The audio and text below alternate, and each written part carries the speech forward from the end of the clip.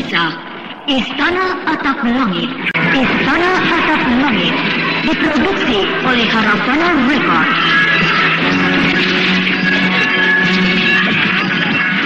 Naskah karya Niti Kostasi, hiasan musik dan sutradara Indra Mahendra.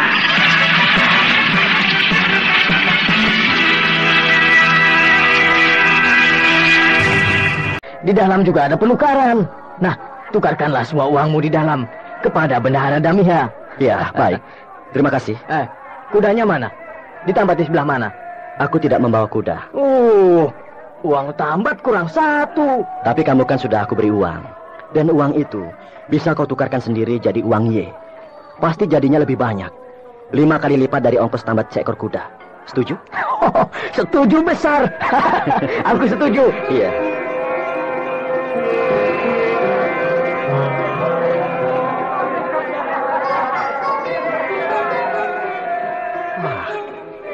Ramai sekali. Kedai minum yang luas itu jadi sempit, penuh sesak dengan orang. Orang-orang Mongol bercampur dengan orang-orang Tibet.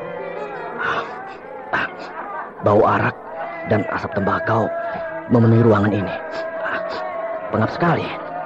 Hai, Jaringga, lihatlah Jaringga. Siapa yang datang, Jaringga? Oh, orang serbu. Bagus, bagus. Kau menerima undangan kami. Ayo, duduklah dan lekas teguk arak. Hei, Budai, Guci.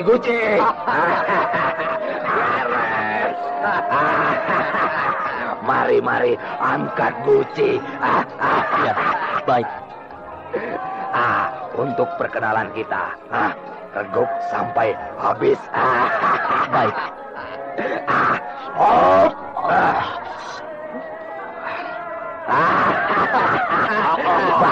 Bagus. Tambah.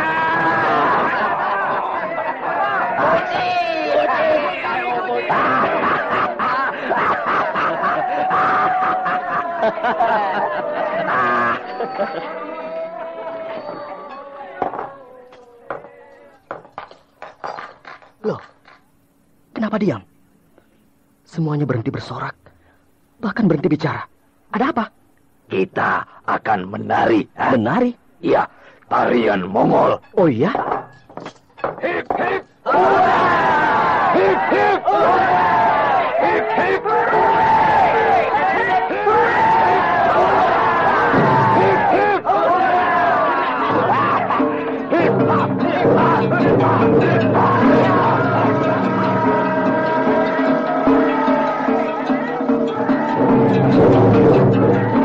Ayo, menari! Kau harus menari. Aku tidak bisa menari. Kau bisa melompat. Kalau cuma melompat, apa susahnya? Melompatlah. Lompat sebanyak-banyaknya. Berulang-ulang. Itulah tarian. Baik, aku akan menari melompat-lompat.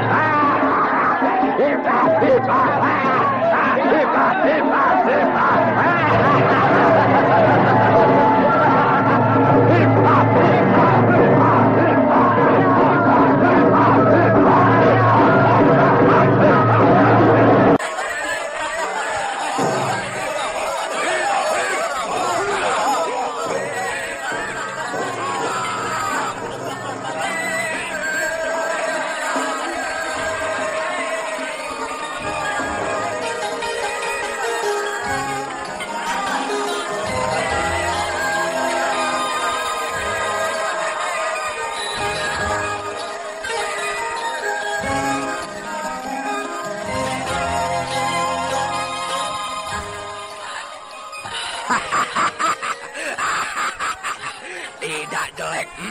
Kau punya bakat jadi penari. Aku akan melompat. Mungkin aku seperti seekor katak sawah yang melompat-lompat.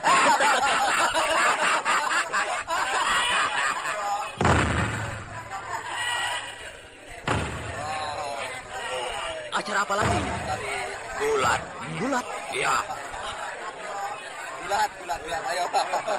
Meje, Kurasi, maju!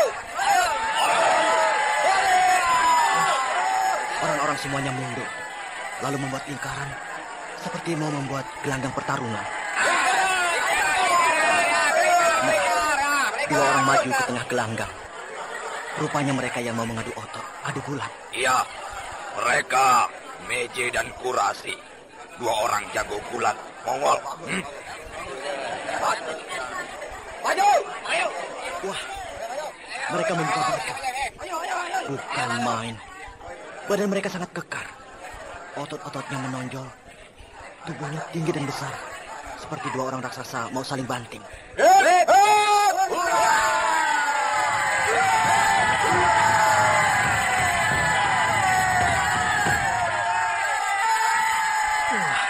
seru banget. Dua orang pegulat itu sudah saling tubruk dan mulai saling betot.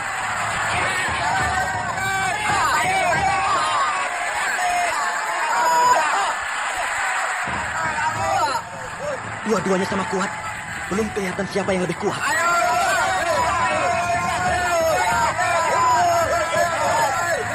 Mereka saling banting, saling tindih, saling pelintir.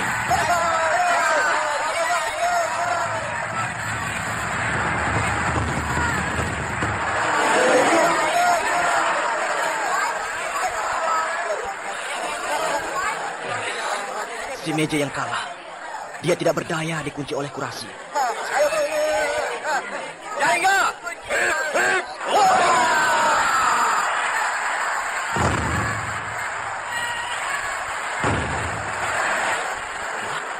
Jaringga berjalan ke tengah gelanggang. Rupanya sekarang Jaringga yang akan adu gulat.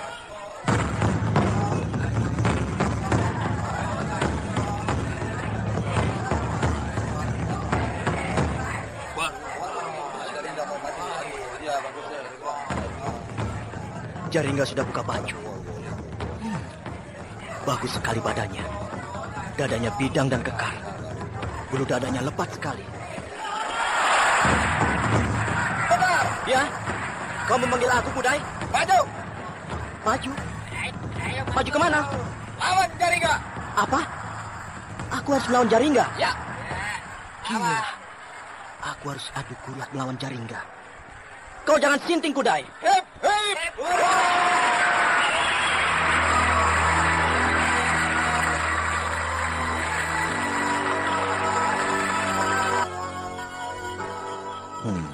Rupanya Bentar menemukan kesenangan di Damiha. Sebab sudah cukup lama belum pulang. Hah? Aku mendengar langkah yang halus berjalan di serambi samping. Langkah itu langkah kaki seorang perempuan. Siapa dia ya?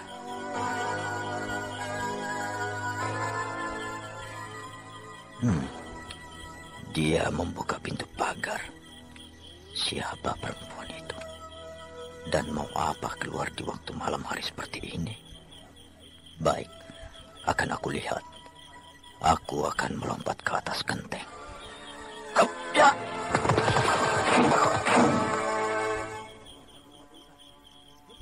Nah, aku sudah berada di atas genteng. Dari sini aku bisa melihat kemana-mana dengan leluasa. Ya, benar dugaanku. Orang itu perempuan. Hei, bukankah itu Yai? Gadis anaknya Tuan Lopak? Ya, gadis itu Yai. Dandanan rambutnya dan pakaiannya sama dengan ketika jamuan makan malam. Mau kemana dia? Terus berjalan menuju ke jalan yang besar.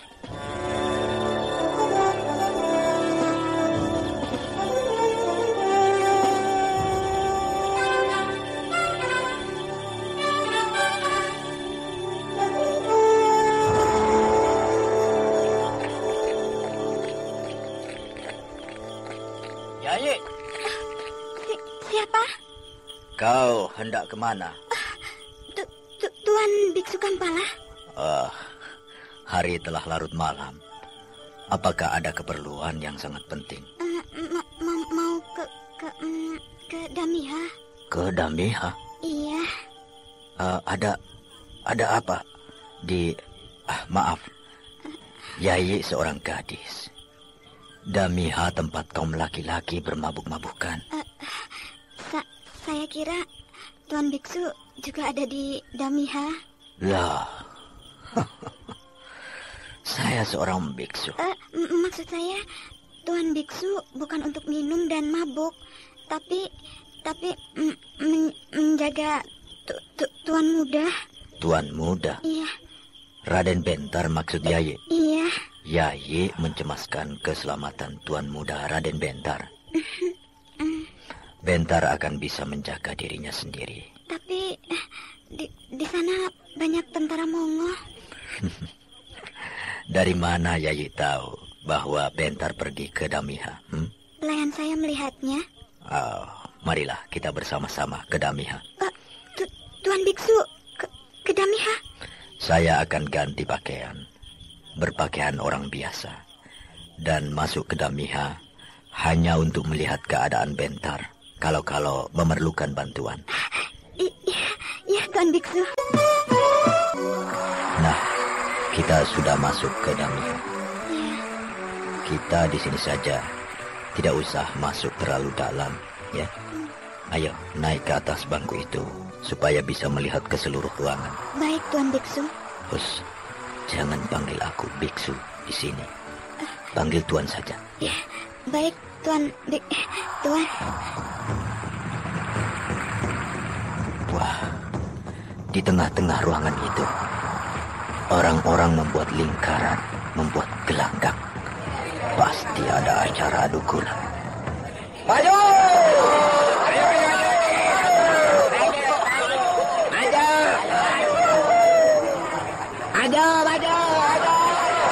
Nah, benar kataku. Dua orang maju ke gelanggang, akan adu otot, bergulat. Gulat gaya Mongol. Tuan Muda Bentar. Gila, itu Bentar. Bentar maju ke gelanggang. Mau bertarung dengan siapa? Hah? Jaringga. Sinting. Jaringga rupanya penasaran ingin menguji kekuatan Bentar. Dan mereka sekarang sudah siap untuk adu gula.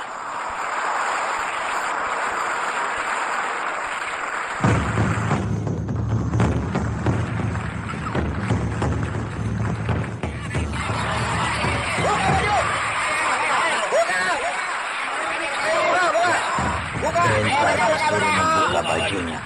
Jaringga sudah membuka bajunya terlebih dulu. Badannya bagus sekali. Kulitnya bersih, bidang, kekar dan kuat. Tuan Muda Bentar badannya bagus sekali.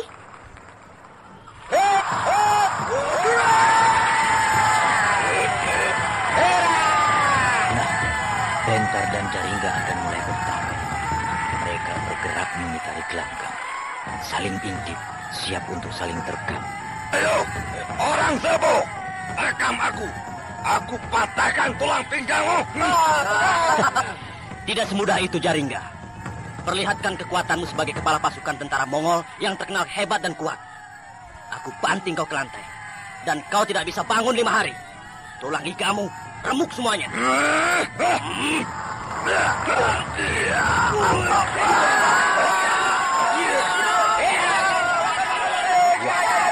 Mereka saling serang. Jaringga memeluk Bentar dengan kuat sekali. Bentar juga memeluk Jaringga kuat sekali. Mereka saling pikir, berusaha saling menjatuhkan.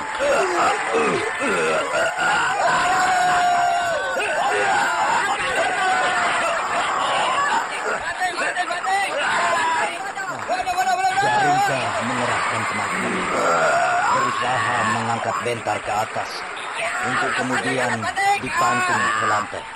Tapi Bentar bertahan sekuat tenaga. Kedua tangan Jaringga memeluk pinggang Bentar seperti belenggu besi yang kuat. Kedua tangan Bentar juga memeluk pinggang Jaringga. Kedua-duanya berusaha saling angkat untuk saling bantu.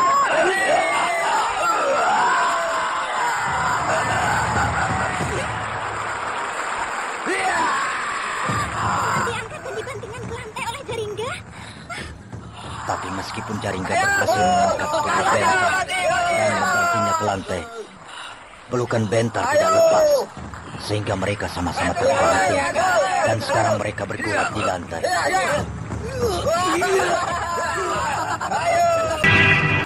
Tapi Bentar bertahan sekuat tenaga. Kedua tangan Jaringga memeluk pinggang Bentar seperti belenggu besi yang kuat. Kedua tangan Bentar juga memeluk pinggang Jaringga. Kedua-duanya berusaha saling angkat untuk saling bantu.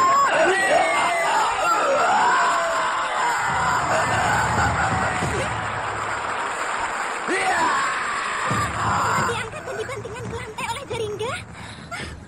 Tapi meskipun Jaringga berhasil mengangkat tubuh Bentar dan membaginya ke lantai, pelukan Bentar tidak lepas, sehingga mereka sama-sama terbanting, dan sekarang mereka bergulat di lantai.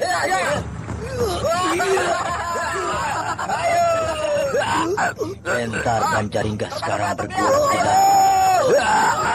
Berkeling-keling. Tubuh mereka bergelincang-gelincang saling kunci, saling tekan.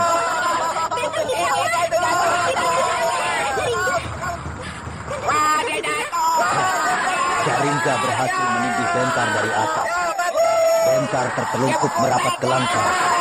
Jaringga menindih punggung Bentar dengan keras.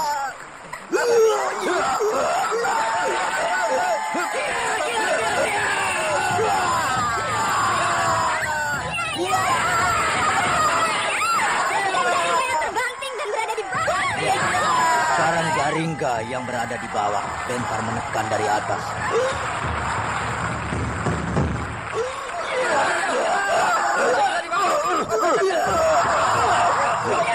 Bentar mengunci Jaringga dengan jurus kunci gupit baja.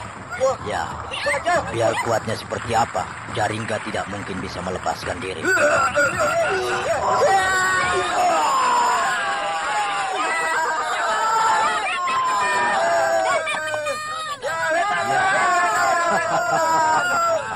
Jaringga menepuk-nepuk punggung Bentar tanda menyerah.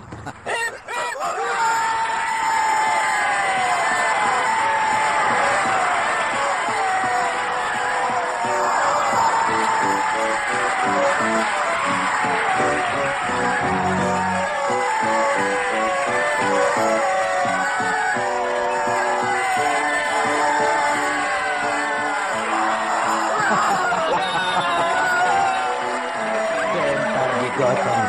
Rame-rame mereka mengusung Bentar dibawa keliling ruangan sambil bersorak-sorak. Ya, mereka mengalu-alukan Bentar sang juara.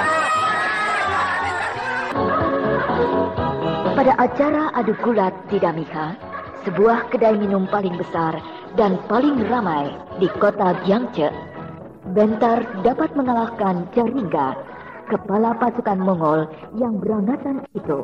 Dengan sukacita, para pengunjung ramai-ramai menggotong dan mengusung Bentar sambil bersorak-sorai.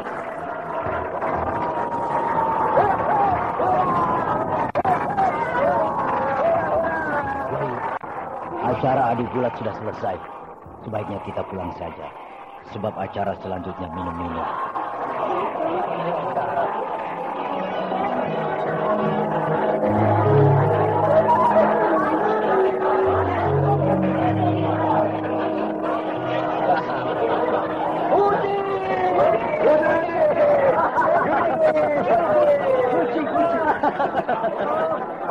Ayo kita minum. Ayo Bentar. Perintahkan apa maumu? Makanan paling lezat? Perempuan paling cantik? Ayo lekas perintahkan.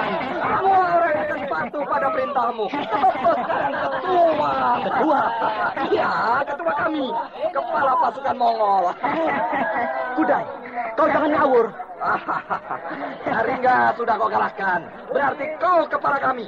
Mana Jaringga? Itu di pojok sana sedang makan. Dia lapar sekali, kehabisan tenaga bergulat dengan kau. Aku mau bicara sama dia. Dia sudah jadi anak buahmu. Suruh saja dia. Pasti dia akan patuh melakukan perintahmu.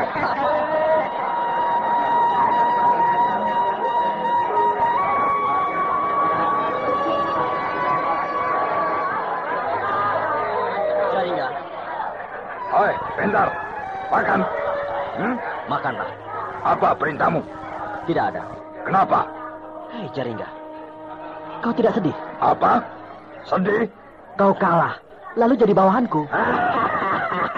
Tidak ada sedih bagi pasukan Mongol. Tapi kau sekarang tidak jadi kepala pasukan lagi. Digantikan oleh aku. Besok, lusa atau kapan, aku akan mengalahkan kau. Dan aku jadi kepala pasukan lagi.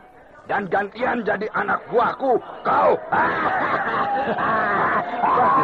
Bagus.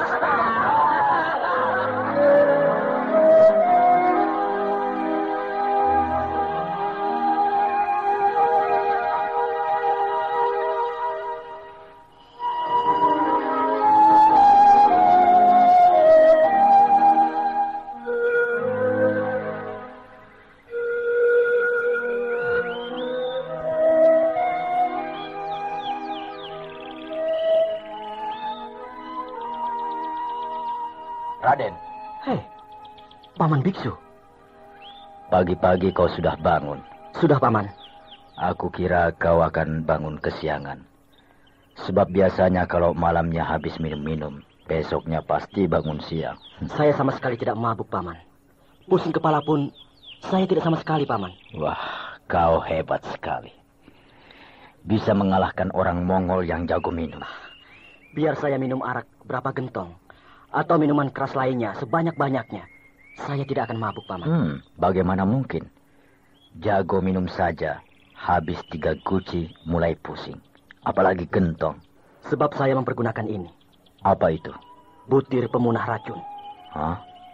Butir pemunah racun? Iya. Silahkan Paman memeriksanya. Sebuah benda kecil, bulat, sebesar biji rambutan. Empuk tapi kenyal.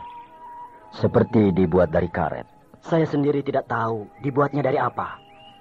Tapi kalau ditelan, langsung hancur dan masuk ke dalam perut. Segala jenis racun musnah seketika. Juga selain bisa memunahkan racun, segala jenis minuman keras jadi hambar, Paman. Menjadi air biasa lagi. Hebat. Pantas kau minum arak tak henti-hentinya tadi malam di Damiha. Tapi sekalipun tidak mabuk. Pusing pun tidak. Rupanya kau terlebih dulu menelan obat pemunah racun ini. Iya, Paman. Kau dapat dari mana? Dari Ki Antan, kepala kampung Cidurian. Pandai sekali dia membuat obat yang hebat. Ki Antan, kepala kampung Cidurian itu memang pandai mengobati orang sakit. Ya? Obatnya bikin sendiri. Gemar menyelidiki tanaman-tanaman yang mengandung khasiat obat. Sehingga obat buatan Ki Antan terkenal, Paman. Bukan hanya terkenal di Madangkara saja, tapi sampai ke kerajaan lain yang jauh. Ya. Terakhir, dia memusatkan perhatiannya kepada pembuatan obat-obatan pemunah racun. Setelah selama 10 tahun melakukan percobaan demi percobaan, akhirnya berhasil. Saya dikirim, ya, itulah obatnya yang Paman pegang itu. Hebat. Hei, siapa itu? Hah? Bagaimana? Sekilas saya lihat ada orang di loteng. Di atas itu. Mengintip dari balik tirai jendela. Tapi ketika saya menoleh, buru-buru dia masuk. Dia Yayik. Yayik? Gadis anaknya Tuan Lopak, pemilik rumah ini? Benar. Sejak tadi dia mondar-mandir di atas loteng itu. Dan beberapa kali melongokkan kepalanya ke jendela melihat ke bawah sini. Ada apa kiranya? Mencari kamu. Mencari saya? Iya. Paman, saya salah apa? Kenapa dicari-cari? Bukankah tidak kemana-mana? Masih di sini di rumahnya? Dan kenapa tidak turun ke sini kalau memang mencari saya? Seorang gadis tidak mungkin bersikap dan berbuat seperti seorang pemuda bila ingin berkenalan lebih dekat dengan orang yang disukainya. Maksud Paman? Rupanya kehadiranmu memikat hatinya. Mengapa begitu, Paman? Lebih baik kau naik ke atas loteng itu. Temui dia. Tidak, Paman. Saya tidak mau berbuat kurang ajar. Ayahnya baik sekali. Menjamu kita dengan istimewa. Kemudian saya mengganggu anaknya. Diam-diam naik ke loteng. Betapa saya tidak tahu diri. Tidak tahu membalas budi. Saat ini kau sedang berada di mana, Bentar? Di Tibet. Jadi bukan di negeri Jawa Dwipa, bukan? Iya, tidak, Paman. Nah, lain lubuk, lain ikannya. Lain padang, lain belalang. Kau mengerti? Iya, saya mengerti. Nah, lekaslah naik ke loteng. Temui dia, Yayi. Gadis yang manis yang sedang mekar itu. Baik, Paman. Loteng itu tidak terlalu tinggi. Tidak ada masalah bagimu yang sudah biasa menguasai ilmu meringankan tubuh. Tembok benteng istana Madangkara yang setinggi pohon kelapa. Dengan mudah saya lompati. Apalagi loteng rumah yang hanya setinggi pohon Kamboja itu. Sekali genjot, saya sudah akan berada di loteng itu. Hop!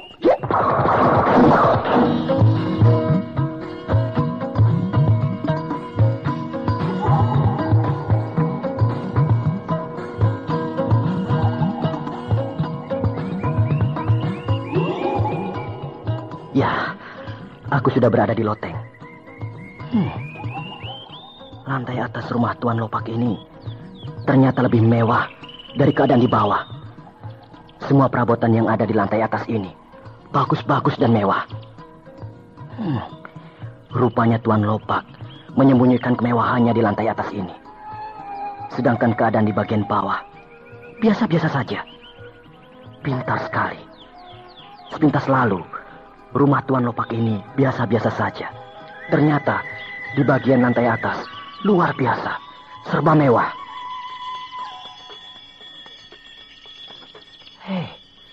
Lalu di mana Yayi? Pasti dia ada di kamar yang pinggir itu. Sebab dari pinggir itu bisa melihat ke bawah. Ya, benar, itu dia. Sedang bersembunyi di balik tirai jendela. Dia tidak tahu kalau aku sudah masuk ke ruangan lantai atas ini. Baik, aku akan membuat dia terkejut.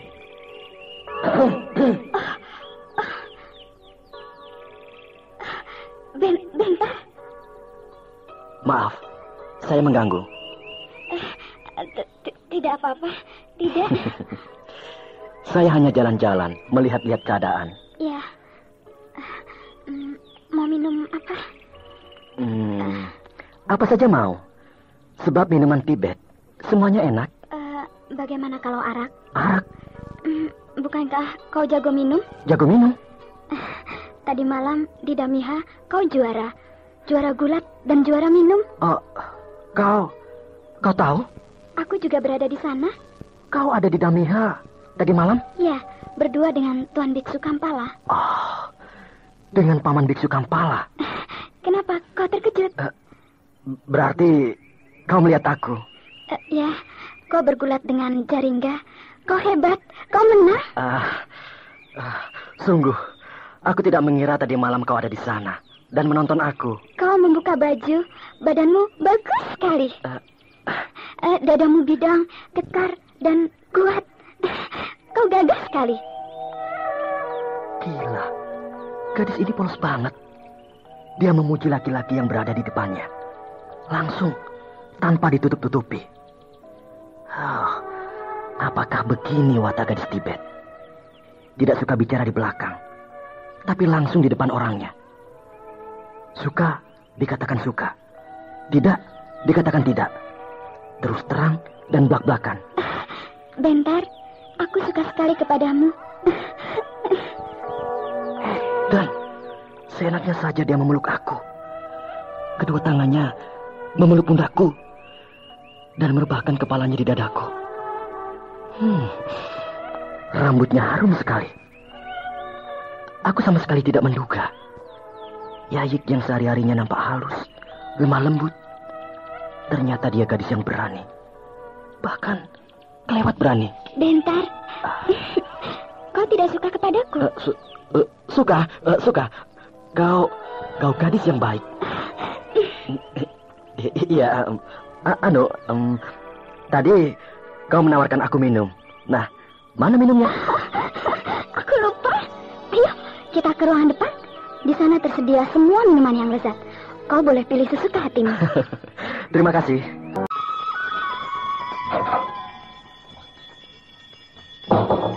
Paman Biksu? Bentar. Ayo, kita segera berangkat. Melanjutkan perjalanan ke Lhasa. Hei, Kenapa kau tergesa-gesa? Adakah sesuatu yang tidak beres dengan Yayik? Bahaya. Bahaya? Iya, kalau kita berlama-lama di sini, bahaya. Gadis itu terlalu berani. Saya tidak sanggup menghadapinya. Saya tidak tahu harus berbuat apa atau bicara apa. Paman jangan bergurau. Marilah kita segera tinggalkan rumah ini. Baiklah, aku mengerti. Apa itu? Suara orang banyak bersorak-sorak di depan sana. Kita terdengar suara kuda banyak sekali. Ayo, kita ke depan.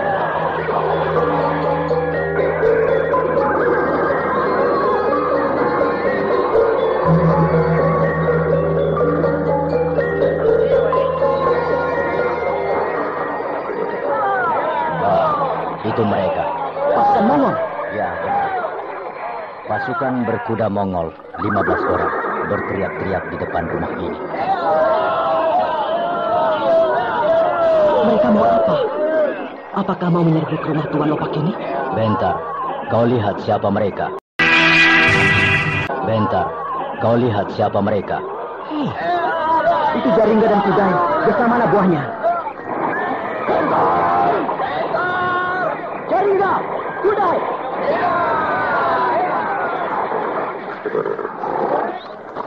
Hei, kalian ini ada apa? Kenapa datang ke sini? Membuat semua orang ketakutan. Lekaslah naik kuda dan pimpin kami. Memimpin kalian? Ya, bawalah kami menjelajahi jagat raya. Aku bukan pemimpin kalian. Pasukan, Bentar pemimpin.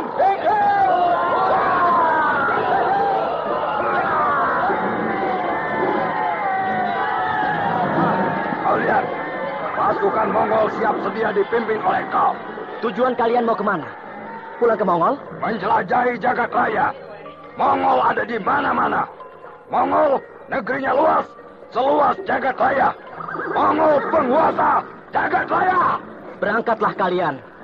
Aku sendiri banyak urusan. Kau pemimpin kami. Kau tidak boleh menolak keinginan anak buahmu. Tidak bisa, Jaringga. Jelajahilah jagat raya. Genggamlah dunia di tanganmu. Tapi jangan bawa aku. Biarkan aku dengan tujuanku. Bentar. Kami memerlukan kau. Kau orang kuat. Bersama dengan kau, kami yakin akan bisa menaklukkan dunia. Lekas, naiklah ke punggung kuda. Cabutlah pedangmu. Taklukkan dunia. Tidak bisa, Jaringga. Hai, Bentar. Jangan menolak. Ya, kau tidak bisa menolak. Gila. Tidak bisa. Kalian semua sudah gila. Ya, ya.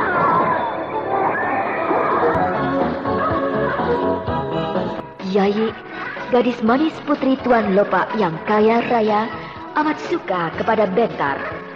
Keberanian dan kepolosannya membuat Bentar terkesima, gelagapan, dan tidak tahu harus bersikap seperti apa.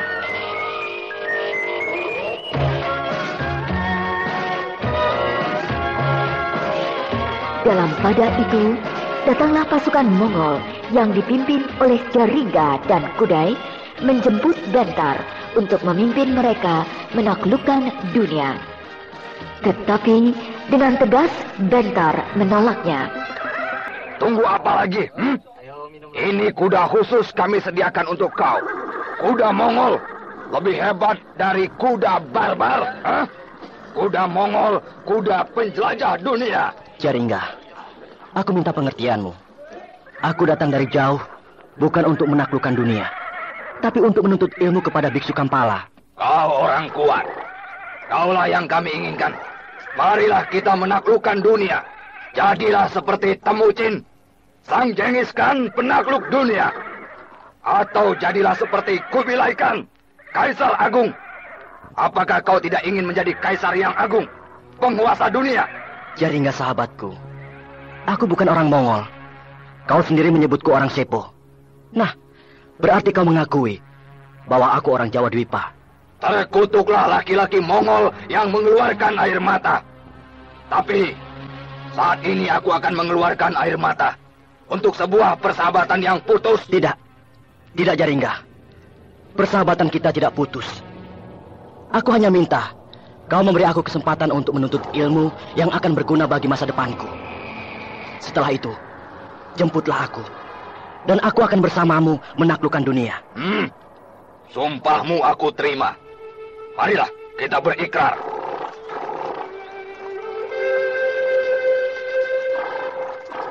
Nah, aku sudah mengiris pergelangan tanganku. Sekarang, irislah pergelangan tanganmu. Baik.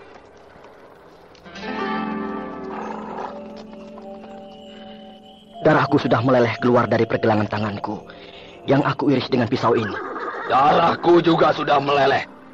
Mari kita campurkan darahmu dengan darahku. Baik. Ya. Ya.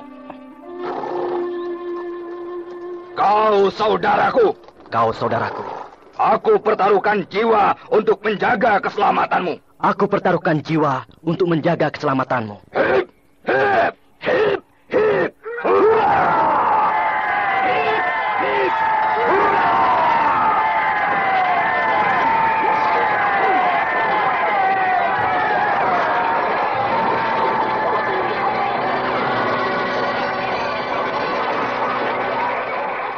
Selamat tinggal, saudaraku. Selamat jalan, saudaraku. Nah, Tuan Lopak. Nyonya, tiba saatnya saya harus kembali ke Lhasa. Tuan Biksu. Singkat sekali kunjungan Tuan. Lebih lamalah tinggal di sini agar kami puas dan bahagia. Keinginan hati memang demikian. Akan tetapi, pekerjaan di Lhasa tentunya pula memerlukan perhatian saya. Ya, saya atas nama kepala keluarga mengucapkan terima kasih yang sebesar-besarnya bahwa Tuan Biksu berkenan mengunjungi kami. Saya pun mengucapkan terima kasih yang tak terhingga atas penerimaan dan perjamuan yang Tuan Lopak sekeluarga sajikan kepada kami. Sama-sama, Tuan Bik. Selamat tinggal, Yayi. Bawalah ini. Apa itu? Oh, kalung. Sebuah kalung manik-manik yang amat elok. Hah? Kau sudah hampir jadi orang Mongol. Hampir jadi orang Mongol. Kalau terkejut akan berkata, "Ho!" Pertama kali datang, kalau terkejut, kau berkata, "Hah?" Tapi sekarang, "Ho!" Yayi, kalung ini manik-manik batu mulia. Harganya mahal. Mengapa kau berikan kepadaku? Karena aku suka sekali kepadamu. Terima kasih, Yayi. Peganglah kalung itu dan pandanglah, maka kau akan ingat kepadaku. Iya. Kau tidak berterima kasih. Sudah. Tadi aku sudah berkata terima kasih. Hanya perkataan saja. Aku masukkan ke dalam hati sanubariku. Hanya dimasukkan ke dalam hati. Lalu? Gawat. Anak ini minta dicium. Benar-benar sinting. Padahal di sana ada bapaknya dan ibunya. Dan di sebelah sana lagi ada beberapa orang pelayan memperhatikan kami. Ya, apa boleh buat? Aku cium saja dia. Masa bodoh? Sekali-sekali mencium seorang gadis di hadapan orang banyak. Sudah ya? Selamat jalan. Terima kasih. Pakaian itu asli buatan Tibet. Dari kulit yak. Tapi halus sekali ya, Paman. Ya. Tidak seperti yang dipakai oleh rakyat Tibet lainnya. Agak kasar. Dan masih ada bulunya. Sebab kulit yak bisa dibuat dalam berbagai jenis. Dari yang paling kasar, yang biasa dipakai oleh para gembala, sampai yang paling halus, yang biasa dipakai oleh orang-orang kaya. Iya, Paman. Kau suka kepada Yayi? Paman. Siapa yang tidak suka kepada gadis yang manis seperti Yayi? Anak orang terkaya di kota Gyangse. Tubuhnya bagus sekali. Padat berisi. Gesit dan tangkas. Nampak sehat dan kuat. Tapi, ya, kelewat berani terhadap laki-laki. Padahal dengan saya baru kenal. Tapi main seruduk saja. Jadi rasanya kurang cocok dengan saya. Ya, kau bebas menolak atau menerima. Ya, Paman.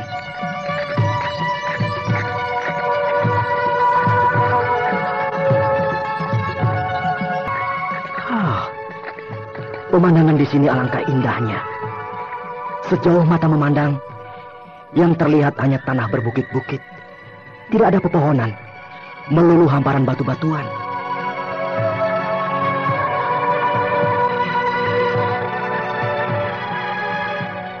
Paman, ada gembala? Ya, mereka sedang menggiring hewan di antara tanah berbukit-bukit. Loh, mengembala hewan ternak? Kok semua keluarganya di bawah? Apa tidak repot? Itulah gembala sejati, asli Tibet. Seluruh hidupnya untuk pekerjaannya mencari nafkah dengan menggembala. Seluruh keluarga tanpa kecuali, istri dan anak-anak, semuanya dibawa serta. Dan kau lihat, sebuah gerobak yang ditarik seekor keledai berjalan terseok-seok di belakang mereka itu. Ya, Paman. Saya melihatnya. Gerobak pedati itu berisi harta milik mereka. Oh ya? Ya. Kemana mereka pergi, semua harta miliknya dibawa. Ah, Paman. Kalau begitu, mereka tidak punya rumah yang tetap. Memang tidak. Rumah mereka, ya, gerobak pedati itu, berpindah-pindah, dibawa-bawa kemana saja sekehendak mereka sendiri. Bagaimana mungkin gerobak pedati itu bisa jadi rumah? Mereka selalu membawa tenda. Tenda? Ya, 2 atau 3 buah tenda yang dibuat dari kulit yak. Bapak serta anak-anak yang sudah besar tidur di dalam tenda. Ibunya bersama bayi atau anak yang masih kecil tidur di dalam gerobak pedati itu yang ditutup, dikerubungi oleh kulit yak. Paman, mereka benar-benar pengembara yang sejati. Ya, para gembala itu orang Tibet. Tapi karena hidupnya selalu berpindah-pindah, maka sering disebut bangsa pengembara. Iya, iya. Bila musim dingin, mereka akan bergerak ke selatan, menuju ke lembah sungai Tsangpo. Dan kalau musim panas, mereka bergerak mengembara ke utara. Ya, kadang-kadang sampai ke gurun Gobi. Alangkah bebasnya mereka. Bagaikan burung terbang di angkasa. Bebas, merdeka, dan bahagia. Tetapi, betapa sederhananya pikiran mereka. Tidak pernah memikirkan masa depan untuk dapat hidup layak. Menetap di sebuah tempat yang baik. Memiliki sebuah rumah yang layak. Sehingga semua anak-anaknya dapat belajar menuntut ilmu dengan baik. Dengan demikian, keturunan mereka dari zaman ke zaman akan semakin membaik karena sudah berpikiran maju. Oh, lihat di sana itu. Itulah yang aku katakan tenda-tenda para gembala. Oh, menakjubkan. Di atas hamparan tanah berbatu-batu, bermunculan tenda-tenda berbentuk kerucut, bundar, dan runcing, dan mencuat bagaikan hamparan cendawan di padang ilalang. Tenda-tenda itu warnanya sama semua, bukan? Ya, benar, putih. Itulah tenda yang terbuat dari kulit yak, yang paling kasar. Tapi justru tebal dan kuat, tahan panas dan tidak tembus air. Iya. Suara lembu yang melenguh panjang di tengah padang yang luas mengingatkan saya kepada kampung halaman. Coba kau lihat, lembu yang mana yang tadi melenguh? Hei, lembu apa itu? Bulunya panjang, tanduknya bergerigi. Seperti lembu, tapi badannya kurus. Itulah yang dinamakan yak. Yak? Ya, itu binatang ternak yang sejak lama kau rindukan ingin melihatnya. Oh, saya ingin melihatnya lebih dekat. Ya, boleh. Dan gendut seperti lembu, dan tubuhnya berbulu lebat. Hei, siapa kau? Apa yang kau berbuat dengan yak milikku? Hah? Aku sudah dikurung. Belasan orang berdiri di sekitar. Hei, siapa kau? Apa yang kau berbuat dengan yak milikku? Hah? Aku sudah dikurung. Belasan orang berdiri di sekelilingku. Semuanya membawa pedang. Siapa mereka? Dan mau apa? Tangkap! Tangkap! Tunggu! Pasti mereka kaum pengembara. Sebab pakaian mereka kulit yak yang sangat sederhana. Dan pedang mereka besar dan kasar. Mirip sebuah parang. Kau pencuri! Pencuri! Bukan! Aku bukan pencuri! Percayalah saudara-saudara, aku bukan pencuri! Takut!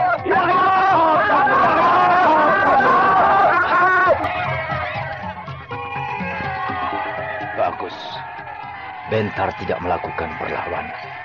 Itu artinya dia sangat bijaksana.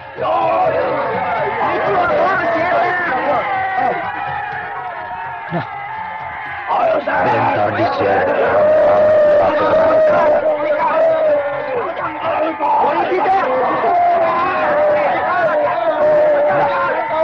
Bentar diikat pada sebuah tiang kayu di tengah-tengah jalan.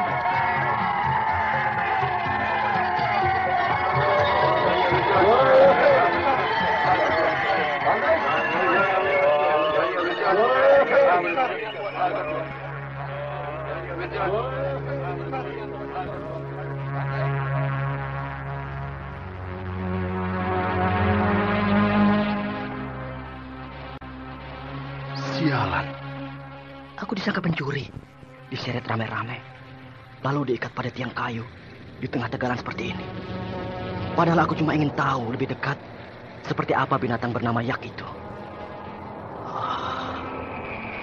Matahari sinarnya terik sekali, menyengat kulit. Tapi anehnya, hawa udara terasa dingin. Jadinya aku merasa tidak karuan. Panas, tapi dingin. Aneh sekali iklim di Tibet ini. Paman Biksu Kampala kemana? Sialan. Dia sengaja membiarkan aku ditangkap oleh para gembala itu. Pasti sekarang dia sedang tertawa-tawa, menertawakan aku dari tempat jauh. Sialan juga orang tua itu.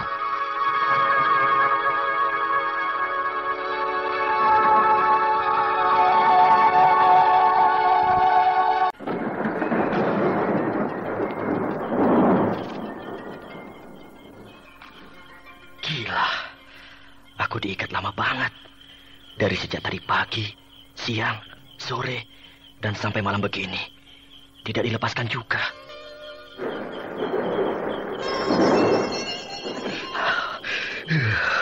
Kalau malam hari, ternyata udara dingin sekali. Kalau siang, masih mending, ada sinar matahari. Aku harus melawannya dengan ilmu bara, supaya aku tidak menggigil kedinginan.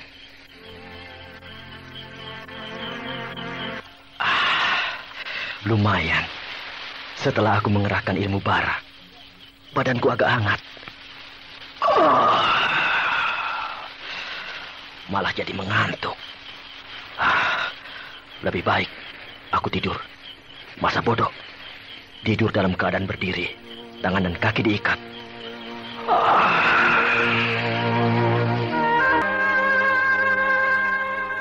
Baga.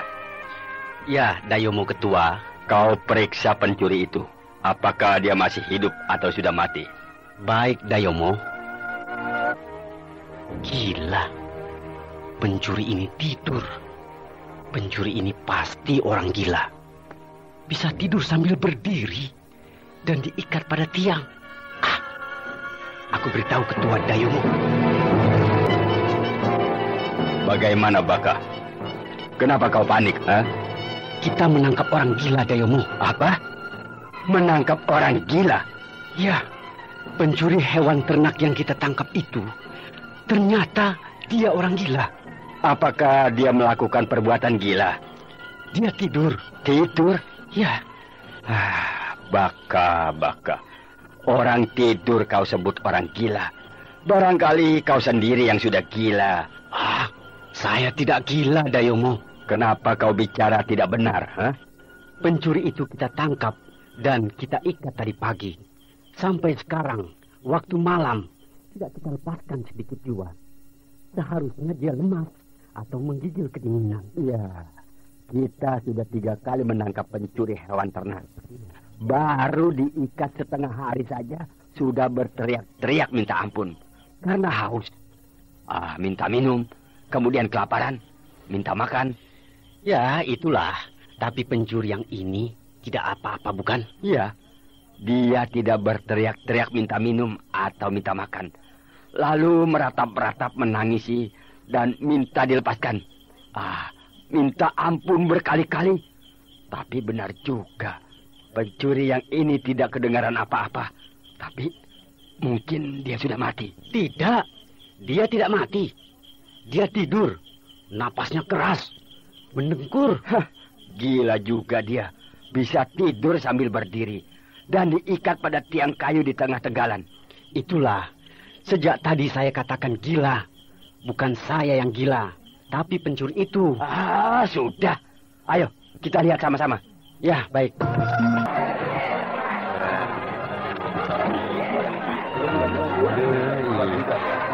Nah, lihat. Dia tidak mati, bukan? Iya ya. Dengar. Napasnya keras banget. Tidur pula sampai mendengkur. Benar-benar tidak waras. Kita sial menangkap orang gila. Lepaskan saja, Dayomo. Buat apa menangkap orang gila? Jangan. Ambil air. Air? Ya, dimandikan. Biar berkurang gilanya. Hei, kamu ambil air. 1 gentong penuh. Bawa sini. Hei, pencuri gila. Ayo mandi.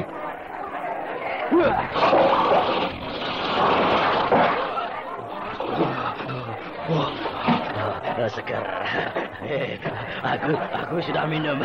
Aku sudah minum banyak. Gila. Dimandikan bukannya menggigil kedinginan, malah tertawa-tawa. Hei, kasih makan.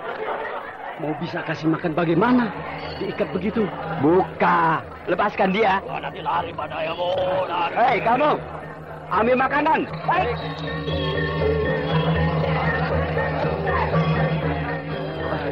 Oh, ini makanan. Bawa sini. Pada sini. Makan. Kenyang. Ini makanan. Bawa pergi. Ayo, bawa pergi. Makan. Kenyang, makan.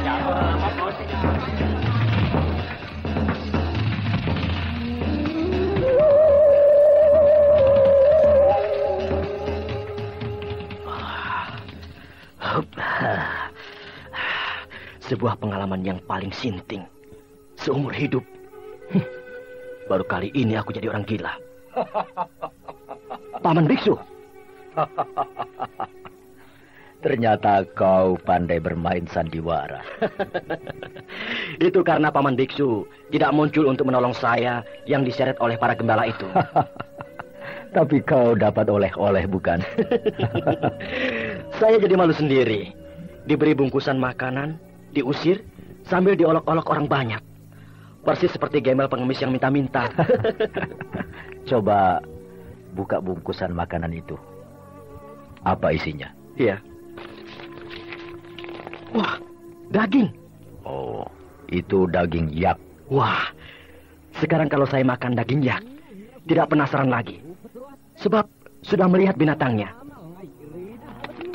Oh, makanan ini bukan makanan murah, tapi makanan yang cukup baik. Sorghum, jambang, mentega dan garam. Sebuah hidangan yang lengkap. Memang saya lihat keadaan kelompok gembala itu baik. Tenda-tenda yang mereka pakai jenis tenda yang terbuat dari kulit yak yang baik. Pakaian mereka juga meskipun sederhana, tapi cukup baik. Kemudian semuanya, anak-anak, orang dewasa, perempuan, laki-laki, kelihatan sehat-sehat dan gemuk. Menandakan mereka tidak kekurangan makanan.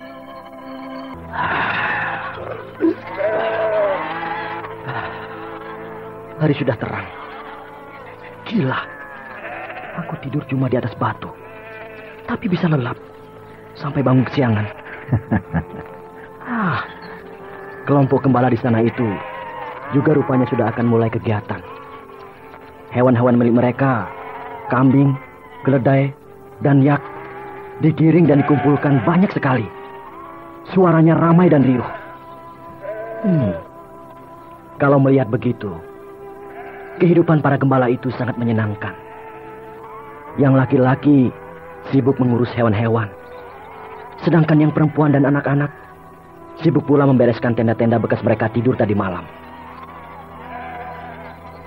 Akan pergi kemanakah mereka itu, Paman? Sekarang musim panas, jadi mereka akan bergerak ke utara, mengembara, mencari tempat penggembalaan yang baik, yang bisa membuat hewan-hewan milik mereka berkembang biak dengan subur. Iya. Loh, kita mau mandi di mana? Saya tidak melihat sungai di sekitar sini. Kalau di Jawa Dwipa, bila sedang mengembara dan kemalaman di tengah perjalanan, selalu mencari sungai. Lalu bermalam di dekat sungai itu. Supaya besoknya bangun tidur, langsung bisa pergi ke sungai, buang air besar dan mandi.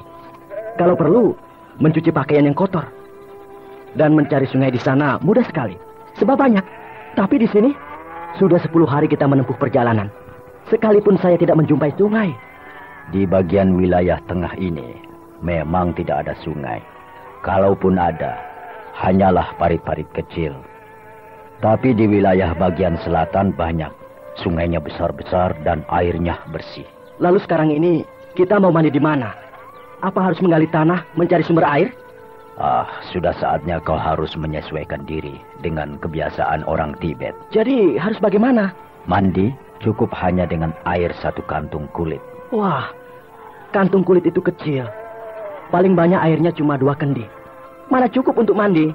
Untuk mencuci muka dan tangan, lebih dari cukup. Oh, hanya cuci muka? Baiklah, apa boleh buat? Dalam keadaan darurat, biar muka saja yang bersih. Badan sih, biar saja bau.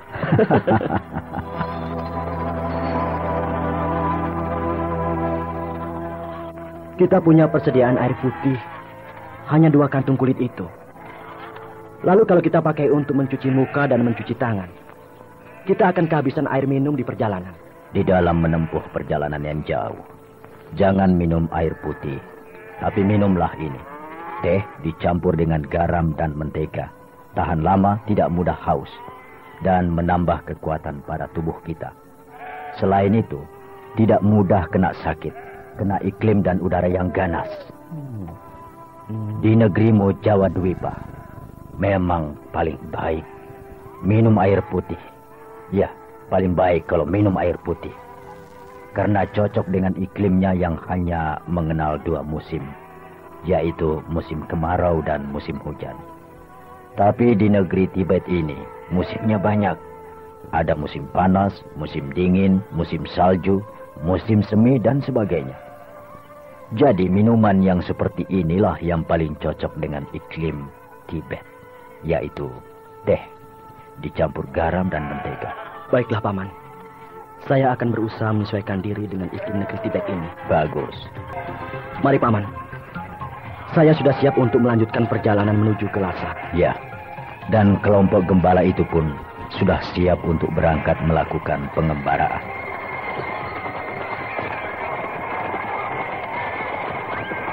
Hei, Paman, lihat. Dari arah timur muncul orang-orang berkuda banyak sekali. Ya. Mereka memacu kuda sangat kencang sambil berteriak-teriak dan mengacung-acungkan pedang. Celaka.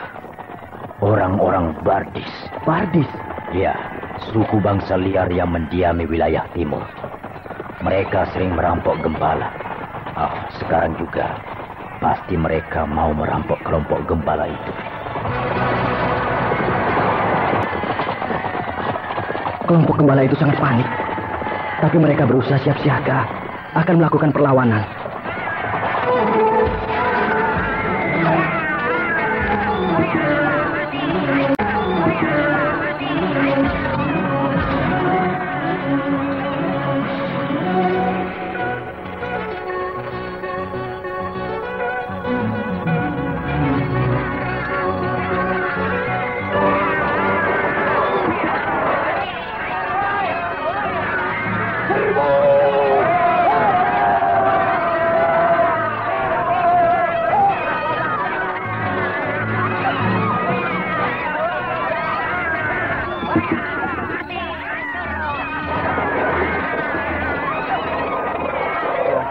Melawan sekuat daya. Tapi mereka bukan pasukan perang. Mereka adalah para gembala yang tidak bisa bertempur sehebat lawannya. Dalam waktu sebentar saja, korban berjatuhan dari pihak kelompok gembala.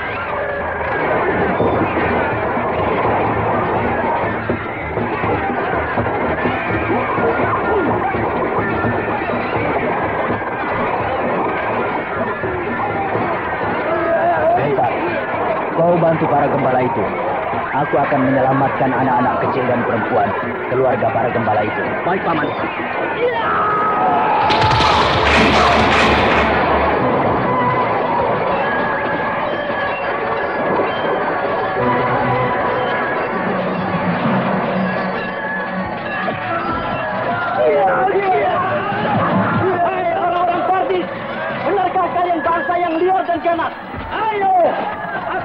kalian? Orang Jawa Dipa dari Madangkara. Ya!